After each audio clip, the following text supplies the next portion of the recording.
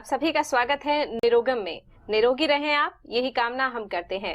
दर्शकों, आज हम जिस विषय पर चर्चा करने वाले हैं वो बेहद गंभीर है। होता तो वो किसी व्यक्ति को है, लेकिन जिस भी व्यक्ति को वो बीमारी हो जाती है उसका जीवन जो होता है वो दूभर हो जाता है। उसको बहुत सी दिक्कतों का सामना करना पड़ता है। जी हाँ, आज हम चर्चा करने वाले हैं एपिलेप्सी यानी मिर्गी को लेकर। क्यों किसी व्यक्ति को इस तरह की समस्या हो जाती है, क्या है उसके पीछे के कारण, क्या आयुर्वेद के माध्यम से आप इस बीमारी को जड़ से खत्म कर सकते हैं? ऐसे बहुत से सवाल निसंदेह आपके मन में भी होंगे, जिनका जवाब आज हम जानेंगे विश्व प्रसिद्ध आयुर्वेदिक चिकित्सक डॉक्टर नवदीप शर्मा जी से। तो चलिए कार्यक्रम की शुरुआत करते हैं और डॉक्टर साहब का स्वागत करते हैं। डॉक्टर साहब, बहुत बहुत स्वागत है आपका। जी नमस्कार।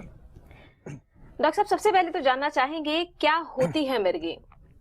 जी, मिर्गी जिसे कि एलोपैथी में एपिलेप्सी और अगर हम आयुर्वेद की बात करते हैं तो अपस्मार कहा जाता है।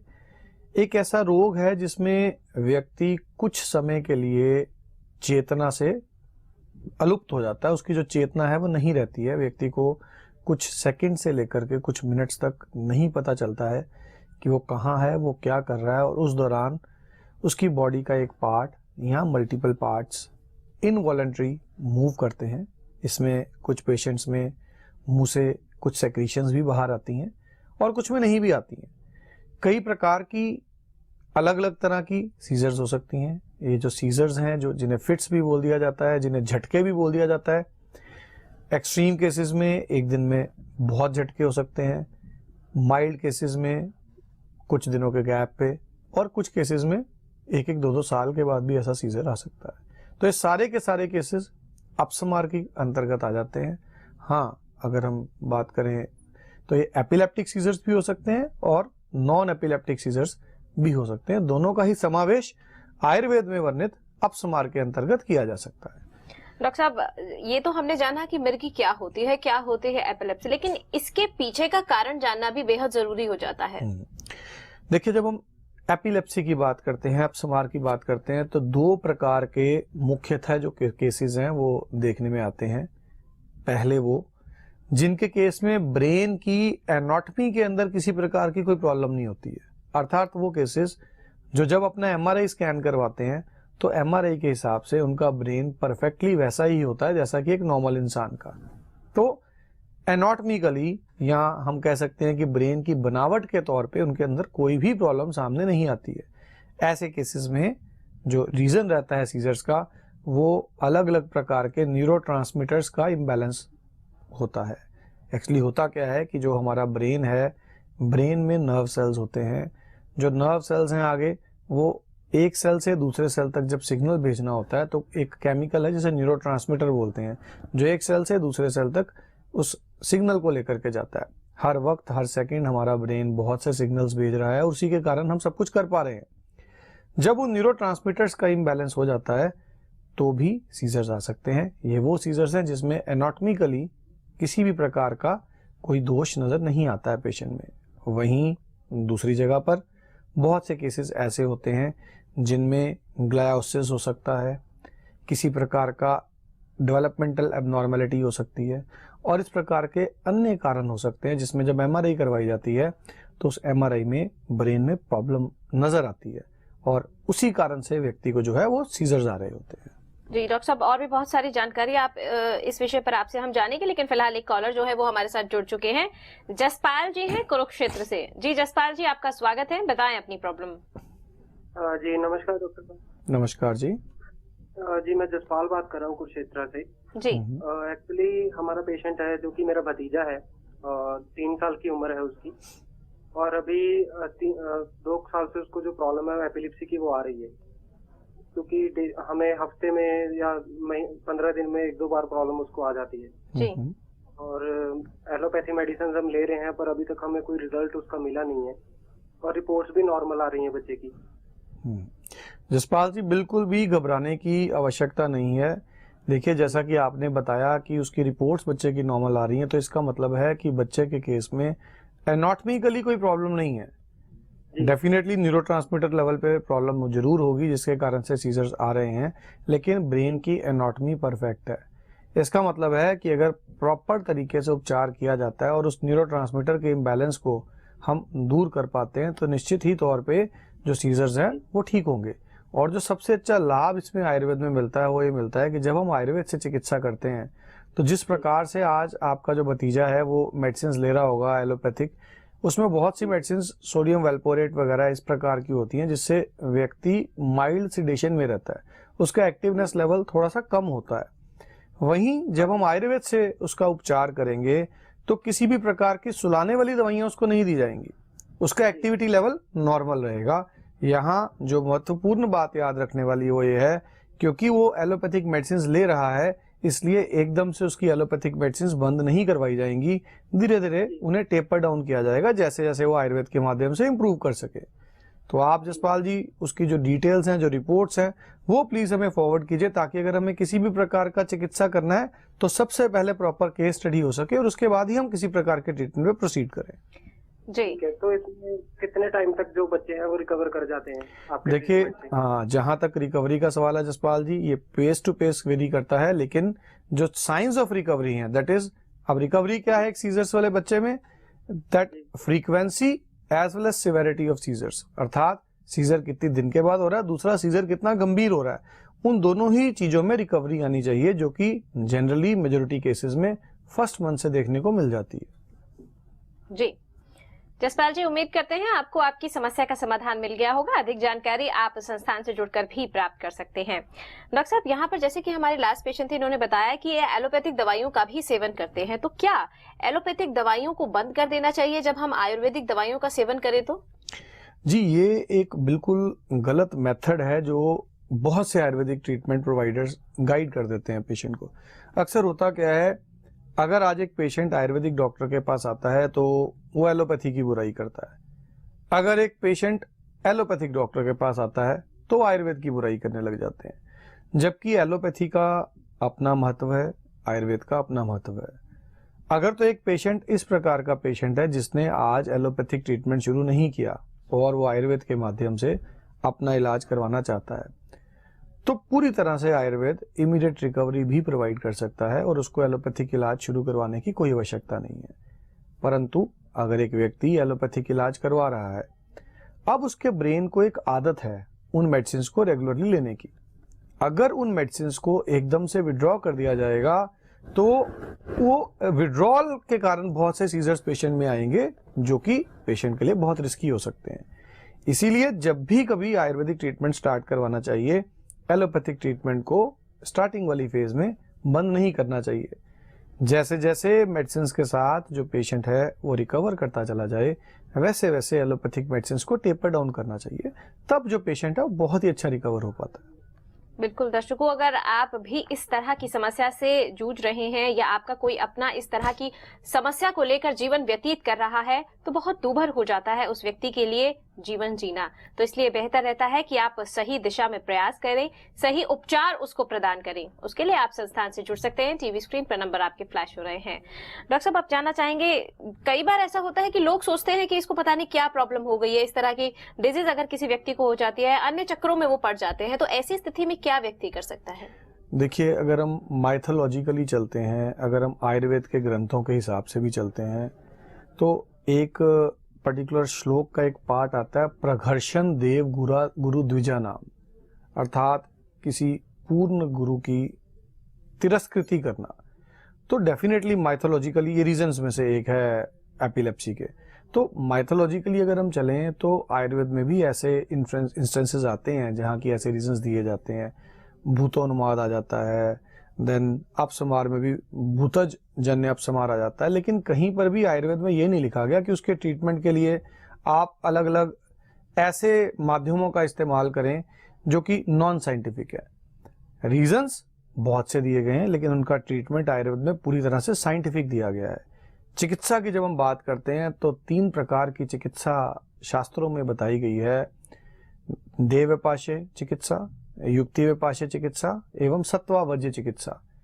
देवपाश्य चिकित्सा अर्थात परमात्मा की उपासना के साथ पूर्ण गुरु की शरण में जाकर के इलाज करवाना। युक्तिव्यपाश्य चिकित्सा जो आज की साइंटिफिकली एक्सेप्टेबल ट्रीटमेंट है, चाहे वो आयुर्वेद की मेडिसिन से है, वो चाहे आयुर्वेदिक पंचकर्मा से है। एंड सत्वावर्ज्य चिकित्सा, सत्व को जीत के, अपने मन को जीत के की गई चिकित्सा, जिसे कि मेडिटेशन कहा जाता है। तो तीनों ही चिकित्साओं का महत्व है, लेकिन सबसे इजीली करवाई जाने वाली चिकित्सा जो साइंटिफिक भी है वो युक्ति व्यपाश्य चिकित्सा है।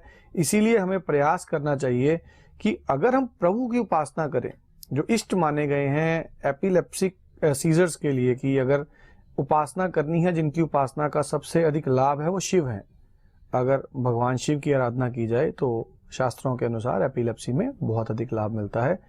परंतु इन ऑथेंटिक चीजों के अलावा हमें किसी भी तरह के गलत चक्रों में नहीं पड़ना चाहिए। तो प्रभु की उपासना कीजिए, मेडिटेशन कीजिए और एक अच्छा इलाज करवाइए ताकि आप स्वस्थ हो सकें। बिल्कुल, स्वस्थ होने के लिए अच्छा इलाज और अच्छा संस्थान से जुड़ना बेहद जरूरी हो जाता है। तो दर्शकों, किसी भी तरह की प्रॉब्लम है तो आप जुड़ सकते हैं इस कार्यक्रम के माध्यम से भी। फिलहाल हमारे साथ करुणा जी जुड़ चुकी हैं लखनऊ से। जी करुणा जी, बहुत स्वागत है आपका। हाँ जी, हाँ जी जी, बताएं अपनी प्रॉब्लम। हाँ जी, मेरा ना बहन का बेटा है, ठीक जी। है, उसको सीजर आता है। वो जब भी उठता है उसको सीजर आ रहा है, ठीक है। और जैसे ही वो सोते हुए उठता है उसको सीजर आ जाता है, और साथ साथ उसकी न्यूरो डेवलपमेंट भी नहीं हो रही, उसकी डेवलपमेंट भी नहीं हो रही। तो डॉक्टर साहब से ये पूछना था कि हम कैसे इलाज करें उनका, कि क्या दोनों चीजें इकट्ठी हैं तो कैसे कर सकते हैं। जी करुणा जी, ऐसा है जैसा कि आपने बताया कि बच्चे की प्रॉपर न्यूरोलॉजिकल डेवलपमेंट भी नहीं हो रही है और सीजर्स भी आ रहे हैं। इस जगह पर आकर के आयुर्वेद का रोल एलोपैथी से कहीं ऊपर आ जाता है। आयुर्वेद में मेध रसायनों का वर्णन किया गया है। आयुर्वेद में मेध रसायन बहुत ही एक अच्छे श्लोक के साथ बताए गए हैं। मंडूक पर्णया स्वरसा प्रयोज्या क्षीरेन यष्टि मधुकस्य चूर्णम रसो गुड़ुच्यास्तु स मूल फल पुष्प खलु शंख पुष्पया। अर्थात मंडूक पर्णी का स्वरस लीजिए, क्षीरेन यष्टि मधुकस्य चूर्णम मतलब मूलठी का चूर्ण दूध के साथ, रसो गुड़ुच्यास्तु मतलब गुड़ुची का रस लीजिए, और स मूल फल पुष्प खल शंख पुष्पया मतलब शंख पुष्पी का पंचांग लीजिए। ये तो बात है उन चीजों की जो घर बैठे ही दिए जा सकते हैं। ये टॉनिक्स है, मेध रसायन है, जिनको लेने से धारणात्मक बुद्धि अर्थात मेधा का बढ़ावा होता है और हमें इस बच्चे के केस में इनका इस्तेमाल करना चाहिए।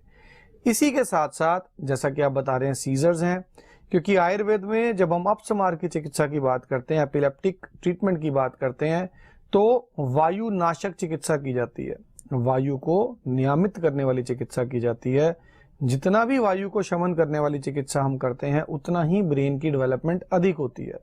तो जहां हम एलोपैथी में सीजर्स को कंट्रोल करने के लिए सोडियम वेलपोरेट और इस प्रकार की अन्य मेडिसिन का इस्तेमाल कर रहे हैं, वो मेडिसिन जो कहीं ना कहीं पे सुलाती हैं, इंटेलेक्ट को बढ़ाने में प्रॉब्लम करती हैं, वहीं आयुर्वेद में जो चिकित्सा हम एपिलेप्सी के लिए दे रहे हैं वो इसे इंप्रूव करती है।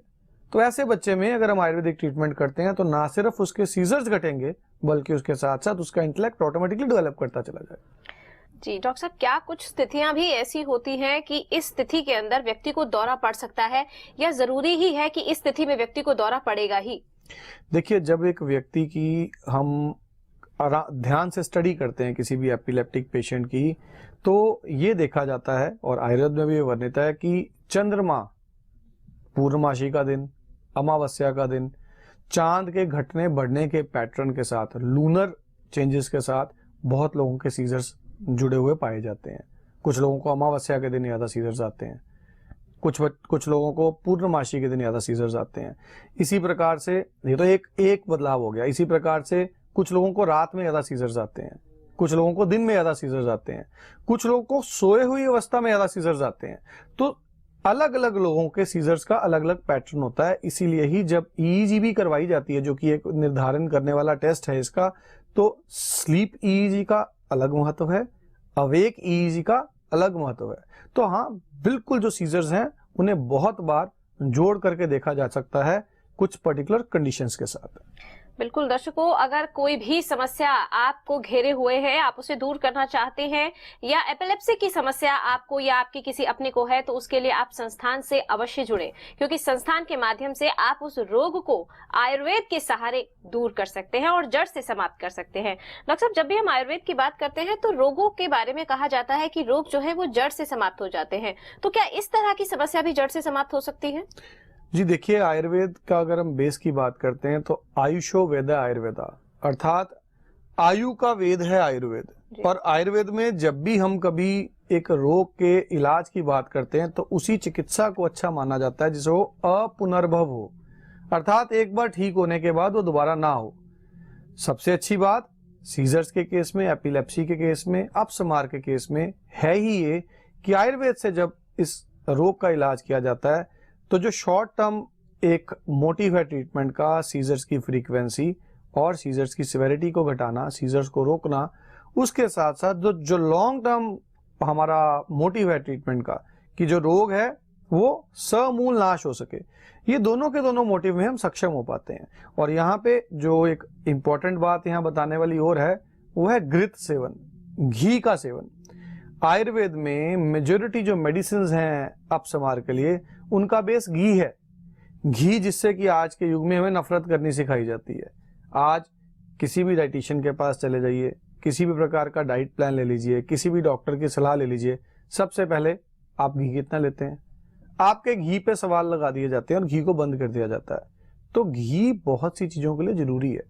फॉर एग्जाम्पल अगर हम साइंटिफिकली भी चलें तो जो हमारी नर्व्स हैं उनकी जो माइलिन शीथ है वो शीथ बनाने के लिए कोलेस्ट्रॉल बहुत जरूरी है। तो एक प्रॉपर क्वांटिटी में अच्छा घी लेना जरूरी है। आयुर्वेद में जो एपिलेप्सी की मेडिसिन बनती हैं उनका बेस घी है और घी में भी पुराण और प्रपुराण घृत की बहुत महिमा है। अर्थात घी जितना पुराना होता चला जाता है उतना ही मेद्य होता चला जाता है, उतना ही ब्रेन के लिए अच्छा होता चला जाता है और एक एपिलेप्टिक पेशेंट के लिए उतना ही वो बढ़िया होता चला जाता है। जी डॉक्टर साहब, फिलहाल हमारे साथ एक कॉलर जुड़ चुके हैं, राहुल जी हैं पंजाब से। जी राहुल जी, आपका स्वागत है, बताएं अपनी प्रॉब्लम। जी नमस्कार डॉक्टर साहब, मैं राहुल बात कर रहा हूँ। नमस्कार राहुल जी। कर रहा हूँ सर मैं। एक्चुअली मैं खुद एक पेशेंट हूँ एपिलेप्सी का, जो पिछले 10-15 सालों से मुझे प्रॉब्लम आ रही है, जो कि बाय बर्थ है। बचपन से ही मुझे प्रॉब्लम्स आ रही हैं, पर अभी तक मुझे इसका कोई भी सोल्यूशन जो है वो नहीं मिला है। डेली बेसिस पे जो हर मंथ मेरी जो डोज है वो इंक्रीज ही हुई है, पर अभी तक ना तो मेरा कोई कंट्रोल है अटैक्स पे और प्रॉब्लम भी उतनी ही आती है, झटके आते हैं, मुंह से झाग वगैरह भी आ जाती है। तो इसका कोई सोल्यूशन अगर आपके पास है तो मुझे बताइए। राहुल जी, आपने जो एमआरआई अपनी करवाई है, आज जनरली डॉक्टर्स एमआरआई करवाते हैं ऐसे केस में, तो क्या वो एमआरआई में भी कोई प्रॉब्लम आई कि एमआरआई बिल्कुल नॉर्मल आई थी? नहीं, एमआरआई में वो बताते हैं कि आपके ब्रेन में स्वेलिंग है, स्वेलिंग की वजह से जो प्रॉब्लम है वो आ रही है, पर उसका भी अभी तक मुझे कोई, मैंने 2-3 बार करवा ली है तो वो कंडीशन सही नहीं है अभी तक। आप राहुल जी बिल्कुल भी चिंता मत लगाइए, आपके एमआरआई और जो एसोसिएटेड ईईजी की रिपोर्ट्स हैं वो प्लीज हमें आप फॉरवर्ड कीजिए। देखिए, अगर हमें आपको ठीक करना है तो जो स्वेलिंग आप बता रहे हैं उसे मेडिकली हम एक बार स्टडी करेंगे। कारण को दूर करना बड़ा जरूरी है। अगर हम केवल और केवल आपके सीजर्स को बंद करने की दवाई डालेंगे तो आप कभी स्वस्थ नहीं हो पाएंगे। तो जैसे ही हम अपनी रिपोर्ट्स फॉरवर्ड करेंगे, हम कारण जान करके अगर आयुर्वेद में उसका उपचार संभव है तो जरूर हम आपको लाभ पहुंचाएंगे और आपको स्वस्थ जीवन देंगे।